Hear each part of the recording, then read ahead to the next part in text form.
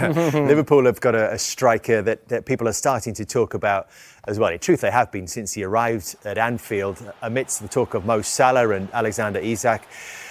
Ugo Ekitike, Olivier, are people in France starting to take notice of him as well? Yes, for sure.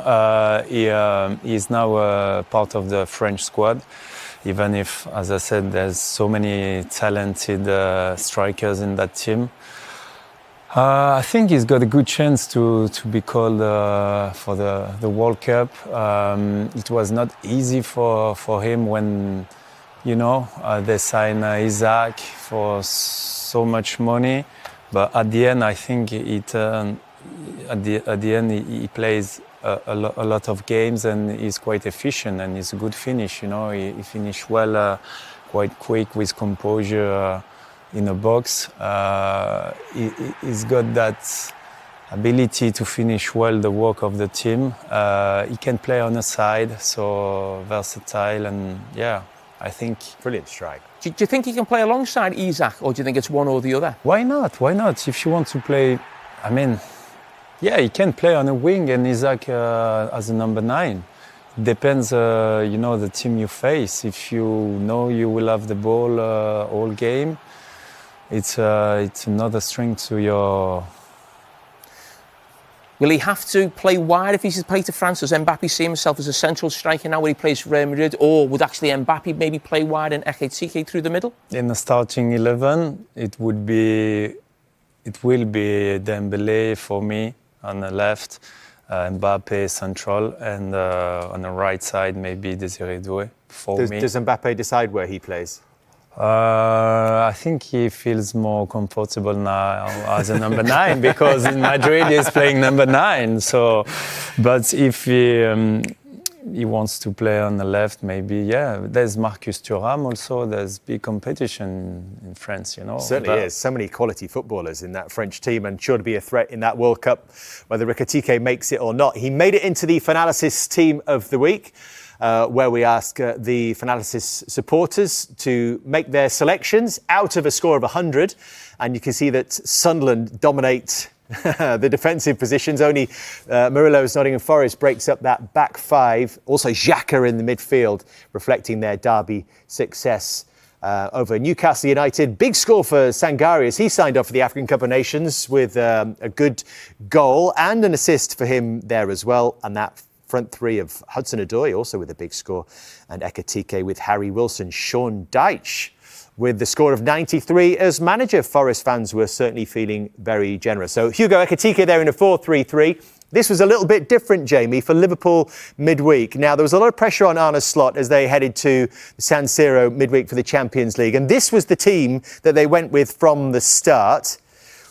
As we said, with the front 2 of Ekitike and Isak. What was the thinking there, and how did that change for the Brighton game? Well, Liverpool haven't really got wide players. Gakpo's injured at the moment. Obviously Mo Salah was omitted from the trip. But on this show, I would say a couple of months ago, we were talking about how Liverpool could get their money on the pitch, if you like, in Isak, Ekitike and Florian Wirtz. And I actually said, Arne Slot has almost got to become like a Real Madrid manager, almost what Ancelotti used to do every season, where he'd have a group of players and he would find a system to make it work. Now, this is not a system we've really seen from Arne Slot in his first season at the title or in these first few months. But OK, these are his best players and he wants to try and get them on the pitch. So it was really interesting to see him get a front 2 in there. Obviously, Gravenberch had this holding role, and you're thinking how this system works. Jones and Szoboszlai, semi-wide areas, if you like, but they've got the energy to get out and press, and that's what you need. You need legs in that position. McAllister there, and we felt, OK, that role almost looks perfect for Florian Wirtz, and then you get your 2 strikers on the pitch. So we went with that. Brilliant result for them, 1-0, as we see it there. But then it was slightly different from what we see here in terms of a diamond formation midweek, but it was slightly different at the weekend. In what way? Well, I just thought Florian Wirtz would come in and maybe McAllister comes out. But actually, when you look at what the manager did, he actually took a striker out. So you actually see Ekitike here on the last line of the zone as a lone striker. But what he did was he brought another midfield player in and ended up going with 2 deep line midfield players here in Gravenberch and Curtis Jones. Curtis Jones, who was fantastic on the day. And then he had 3 attacking players between the lines in terms of Florian Wirtz, narrow, McAllister in the centre, and Szoboszlai very narrow as well. So We're going to call that a pentagon. We've got a new system. I'm not sure what the word is for it actually, but rather than the diamond, we're going to call it the pentagon system. But it's a 4-5-1 with a very narrow midfield. So again, let's not forget, this is before Mo Salah comes onto the pitch, these clips here. Now, again, you see this position here with the two sort of holding midfield players. Then we move her on again. We see our three narrow players. But again, like the diamond formation and this setup as well, you need width from the fullbacks. You see Carragher here and Joe Gomez. The only player higher for Liverpool is Ekitike, the centre forward. So they're higher than the whole midfield there. And when you think of Joe Gomez going off injured, obviously, you know, he's had really bad luck with injuries over the years. But when you think of Frimpong being a signing for Liverpool, that system could actually be perfect for him there because he is really a wing-back or a right winger. So that's what you need from your wide players. Curtis Jones just drops into this left-back position. And who's he looking for? Carragher to make that run and go forward and try and get the penetration from the wide areas from your full-backs. Again, we just highlight the 5 midfield players all circled here. Again, very narrow, very tight together, as you'd expect, and the space is in that wide area. So we see Gomez try and make that run again, almost in a right wing position. But look at these midfield players all together now, around the ball. Again, it's about getting numbers centrally, and then Carragher is going to provide the width on this left-hand side as well. So look at the combinations here. Again, you've got the 2 deeper players, Curtis Jones and Gravenberch, and the other players ahead of the ball. And just look how close they are. That is what that system is about. It's about getting midfield players together. Combinations around the edge of the box, actually counter-pressing to win the ball, maybe when you lose it. But there's a big onus on these full-backs in these wide areas as well. So going forward, I think this is something we're going to see a lot more, especially with Gakpo injured and now Mo Salah going to the AFCON. Interesting. And when Mo Salah returns, how will that change things? Well, I suppose it depends, you know, how well Mo Salah's playing. But if Mo Salah plays when he comes back from the way he did at the weekend, I think he's got a great chance of playing a lot of football still in a red shirt, of course. And the irony of it is, if he wasn't actually going to AFCON now, he'd probably be playing for Liverpool in the next game because he was fantastic when he came on at the weekend. And then we see that he gets an assist. And yes, the story is mainly about Hugo Ekitike. Of course it is. He's been fantastic. But the great thing about this, about Mo Salah getting the assist is, and great delivery, and Liverpool haven't scored enough goals from set pieces this season. They get one there, and Mo Salah and Ekitike coming together. And the great thing about that at the weekend was, on the back of us speaking about Mo Salah at the Leeds game, we're talking about an interview he did. Okay, is that his last act for Liverpool? Now, we don't know if this is his last act, but isn't it nice that we can put this graphic in and say, right, Mo Salah, more goal involvements than anybody in Premier League history. We're talking about, as I said last week, a world-renowned superstar, a superstar of the Premier League, a superstar for Liverpool. And I'm just thinking, maybe, who knows what's going to happen in the next few weeks when he's at AFCON. But it's much better that we're looking at that rather than dissecting an interview outside Ellen Road, basically, in terms of what is he doing as a Liverpool player, and is this his last sort of contribution? Well, we probably need to just clean up this sort of, if it is to be his final chapter or this latest chapter of this story, Jamie. I think there was a lot of talk in the studio last week about that being his final act. And now that he came on in that after 26 minutes and made such an impression in the game, are we going to see Mo Salah back for the rest of the season? I don't see Mo Salah playing for Liverpool next season. The big thing in my mind is, are we going to see Mo Salah from now to the end of the season? Now, we know he's now going to AFCON. AFCON will finish mid-January. Now, it's obvious he's got an issue with the manager. And I want to give credit to the manager. He could have easily said, no, Mo Salah's not involved for this game against Brighton. He'll go to AFCON, we'll sort it when he comes out. But no, he thought, it's bigger than me, it's about the team, and it's more important Mo Salah's on the bench, and he made a contribution in the second half. But last week I was giving advice to Mo Salah and his agent, and I'm going to do it again, because what we saw at the end of the game against Brighton was Mo Salah, a lap of appreciation, if you like, a little bit emotional, with the cop there. He's probably not sure himself whether that's his last time at Anfield, but if he's thinking about moving on, I would urge him to think again. And the reason I would say that is, If Mo Salah is to move on from Liverpool now, the talk is he would go to the Saudi League, which is talked about over there, but probably nowhere else except when the transfer window's open.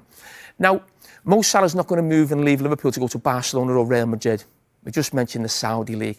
Now, Liverpool, in the second half of the season, they could get to an FA Cup final. They could get to a Champions League final. Can you imagine Mo Salah in Saudi playing for whatever team he's playing for, watching Liverpool come out in Budapest in a Champions League final? You come back at the end of January, you've got 3 months. Okay, you might not get on with the manager. You'll start some games, you'll be sub some games, you won't come on in certain games. But also, what we see there then, it was nicer than what we saw at Ellen Road. But does Mo Salah deserve more than that as a Liverpool player? He deserves a guard of honour. He deserves a mosaic in the Kop. He deserves to be able to bring his family, his wife and his kids on the pitch in his last game and actually be celebrated for what he's done as a Liverpool player. So put your differences with the manager to the side and just think, 3 or 4 months at Liverpool. Okay, the worst thing that's going to happen is I get this big send-off. The best thing that could happen is I'm walking out with my teammates in Budapest in the Champions League final. And if he was sat in Saudi Arabia watching Liverpool do that, I think he'd really regret it. Olivier, you are 39 and still playing. Mo Salah is 33. Still young. Yeah. Well, when you were at that stage, I don't know if you can remember, what are the things that you are thinking about when you are making big decisions like Mo Salah, it feels like, has in front of him? For more trophies, more wins, more competition. When you're passionate of this game, you know, you just want to carry on enjoying the game as long as you can. At the highest level? At the highest level. Everybody is different. I don't know if you ask Jamie, maybe it's not the same, but I believe, Mo Salah deserves an amazing end with Liverpool, with what he achieved in his career for this club. And I want to see him in another big club in Europe, or maybe staying in Liverpool. I don't know. I hope this episode, and I think from the manager, it was nice to sort the things out before he went to the AFCON.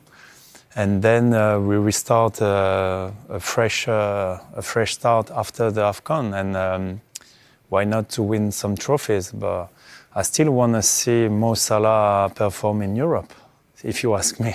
Let's get back to our weekend analysis, and we'll start with Arsenal, who, survived a real scare against Wolves, 90+4 on the clock when an own goal went in. How significant, Jamie, might this goal prove to be, do you think? Huge. It was. It felt like, mentally, psychologically, if this had been a draw, you'd almost listen to some Arsenal supporters, even pundits after the game, talking about they felt that almost like the title was at stake on this game. And I've said this before on the back of last week, where they reacted late on to conceding a goal. There's a long way to go, and they need to sort of almost fix themselves mentally. There's a long way to go. At some stage, City might go above them by a point or two. It's not the end of the world, as I said. We're still very early in the season. But there's a nervousness around Arsenal, as you'd expect, because they haven't won the league for so long. I get that. But they're going to have to curb it between now and May. How do you see it, Olivier? Is this the season that Arsenal are going to end this long wait? Hopefully, I wish them. But usually we used to get nervous around February or March. And I remember when Leicester won the title in 2016, we collapsed a little bit in that time. So if Arsenal is able to keep the rhythm and the race with City probably until mid-March, I would say. Olivier, can I ask you, when you say how it affected you mentally at that stage, are you talking about the squad of players in the dressing room, or are you talking about actually the crowd and sort of the atmosphere and everyone getting a little bit nervous about actually losing what they had?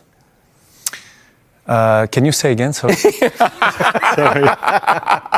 I lost you. Are you talking about the dressing room and the players? Yeah. Or are you talking about the crowd as well and everybody around Arsenal? No. I'm talking about us, the players. And statistically, and you can see no records, even the previous years, last year and 2 years ago, Arsenal was there until a certain period or where they lost the race for the title because they were not consistent enough, maybe at this time, February or March. It's still early to say they will win the league, but this kind of 3 points are massive. Mm-hmm. There was the talk even then about whether Arsenal had the striker who was going to score the goals to take them to the title. Even when you were playing, Olivier, they've spent a lot of money on Victor Gyökeres in the hope that he's going to fill that gap for them and be the man to take them onwards to the title. He was in action against Wolves at the weekend. What have you made of him so far in an Arsenal shirt? I like his quality, his characteristic. On this one, he could have sniff it and go in front of the defender. He should know when his winger will pass the ball. On this one, it's a bit tough because the ball, Martinelli's ball, is quite strong. It's a good deflection.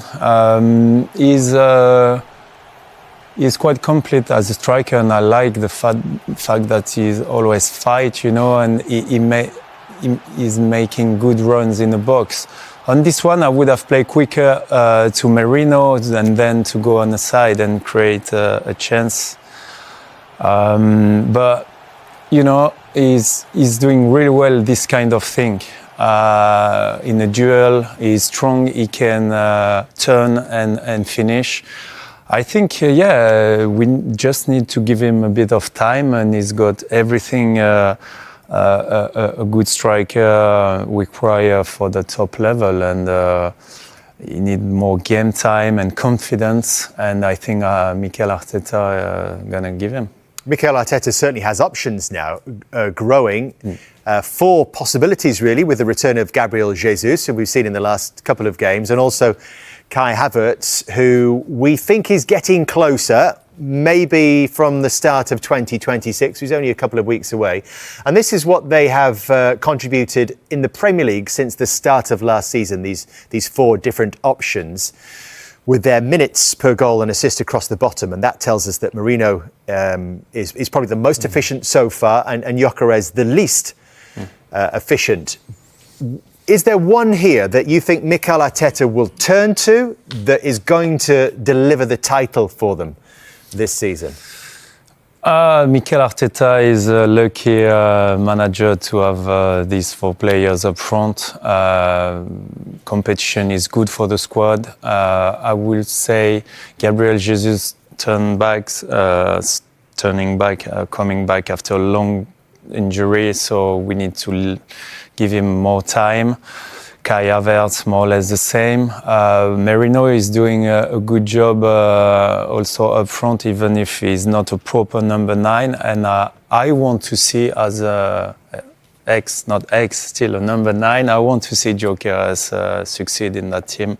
I think he can improve, but he has everything. One more time, a top striker demands to the top level. Your argument, Jamie, was always that last season, when everyone said Arsenal need a number 9 to get them to the title, your argument was always it wasn't that, they needed more creativity. Can a combination of these players do the job for Mikel Arteta? Yeah, I think Gyökeres has come in, and we have to be honest, it's almost like the word on the street before he come to the Premier League was, we're not quite sure he's at the level of a really top European club, which is what Arsenal are now, one of the best teams in Europe. And I think even though it's early in his Arsenal reign, I think you can see where that sentiment was coming from. I actually think it's going to be tough for Gyökeres to be first choice Arsenal striker, especially when Gabriel Jesus gets up to speed, who I actually think is a better player than Gyökeres. I think Gyökeres would maybe score more goals over the season, but in terms of everything you'd want from a centre forward, I think Jesus is probably a better player. Moreno right now, I actually think he's probably his first choice. I know Gyökeres played at the weekend. I think that was down to the fact that he was just coming back from injury, needed a game, and it was also Wolves at home. Moreno's been fantastic, getting goals in that position, but almost like a false 9. Havertz again is almost another version of that. So you've almost got a bit of, variety there with a really good striker, a goal scorer, and players who almost play the false nine position as well. So I actually think they're going to need all four of them if they're going to go on and win the title. I don't think any of them is almost the guy who's this world-class striker that Arsenal have been after since maybe, Van Persie, Thierry Henry, Ian Wright. Mm-hmm. No, don't put all the pressure on one player. You're a World Cup winner. You're a World Cup winner. I like it because you need different type of striker to win the league. And unless you have Erling Haaland. Unless you have Erling Haaland and all the players feeding him with great balls. But yeah, he's amazing. He was in the goals again this weekend, Olivier, with 2 more goals. He's now got 17 for the season, and he's starting to score more goals with his head as well. Does this make him an even more frightening prospect for anybody else? Oh yes. If he's starting scoring goals with his head now, he's quite the complete striker, a manager would dream to have in his team. So that's an amazing cross from Núñez, I think. Yes. He tries to stay behind his defender. Then the defender, Jamie Wright, correct me if I'm wrong, but he cannot see, the defender cannot see the guy who will cross the ball and the striker, and you want to have the big vision, the big picture of what's happening, and I think he did well to go behind him, knowing that Núñez will cross second post, and after it's a kind of easy finish.